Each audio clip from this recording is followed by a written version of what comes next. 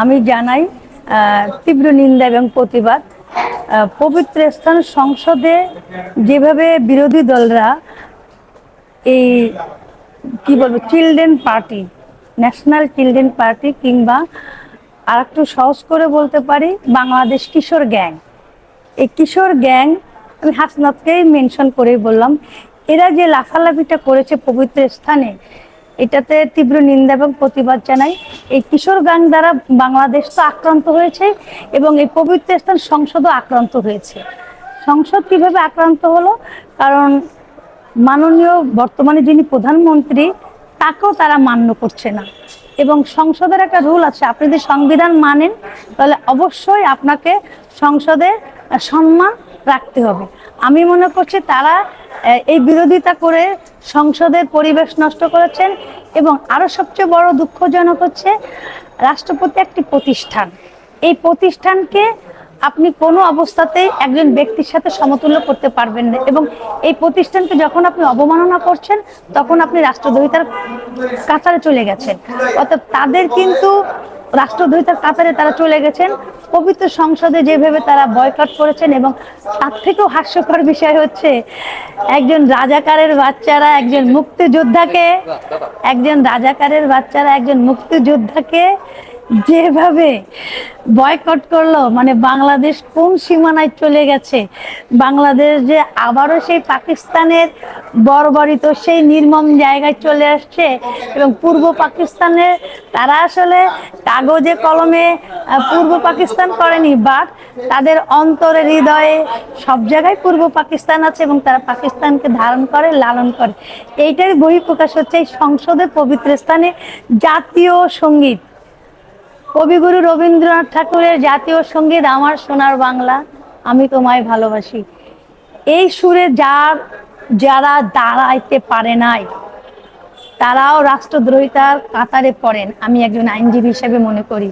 এবং আপনি যদি আপনার বাংলাদেশকে ভালো না বাসেন, আপনার জাতীয় সঙ্গীতকে আপনি যদি রক্ষা না করতে পারেন, সম্মান না করতে পারেন, এটাতে দুইটা প্রমাণ হয়। একটা হচ্ছে আপনি বাংলাদেশি নন, আর একটা হচ্ছে আপনি পাকিস্তানি। এর বাইরে আপনি কোথাও যেতে পারবেন না। তাদেরা বাংলাদেশ বাংলাদেশ বলে, বাট বাংলাদেশের কোনো কিছুই তারা প্রয়োগ করে না। তারা ইসলামকে ব্যবহার করে পাকিস্তান বাংলাদেশ বানানোর জন্য আপ্রাণ চেষ্টা করছে। এটারই বহিঃপ্রকাশ যে তারা জাতীয় সঙ্গীতের মতো জায়গায় দাঁড়ায়নি। একটা জাতীয় সঙ্গীত গাইলে মানুষ তো সোজা হয়ে প্রাণ ভরে দাঁড়িয়ে যায় সম্মানের সহিত। এই যে সম্মান প্রদর্শনটা তারা আসলে ভুলে গেছে, কারণ তাদের মস্তিষ্কে জাতীয় সঙ্গীত নাই। তারা বাংলাদেশকে ভালোবাসে না, বাংলাদেশকে সম্মান করে না।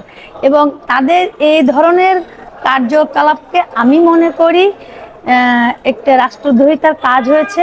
এবং তারা যেভাবে সংসদ থেকে পবিত্র স্থানকে কুলসিত করেছে, আমি তাদের বিচারের দাবি আইনের আওতায় আনা উচিত ছিল ওই দিনই। আমি একজন আইনজীবী হিসেবে মনে করব দেশ যাতে ধ্বংস না হয় তার জন্য জাতীয় সংসদে যেন এরকম কোনো রকম কাজ না হয়, এবং যারা করেছে তাদের দৃষ্টান্তমূলক শাস্তির দাবি কামনা করছি। এবং তাদের শাস্তি দিলে এটার একটা প্রতিফলন হতো। আর মাননীয় প্রধানমন্ত্রীর কাছ থেকে একটা শিক্ষা নিয়ে আছে। আমি মনে করি নেত্রী একজন আর্টিস্ট, কিভাবে সংসদকে রক্ষা করা যায়, কিভাবে সংসদের পরিবেশ রক্ষা করতো দীর্ঘ 17 বছর আমরা দেখেছি।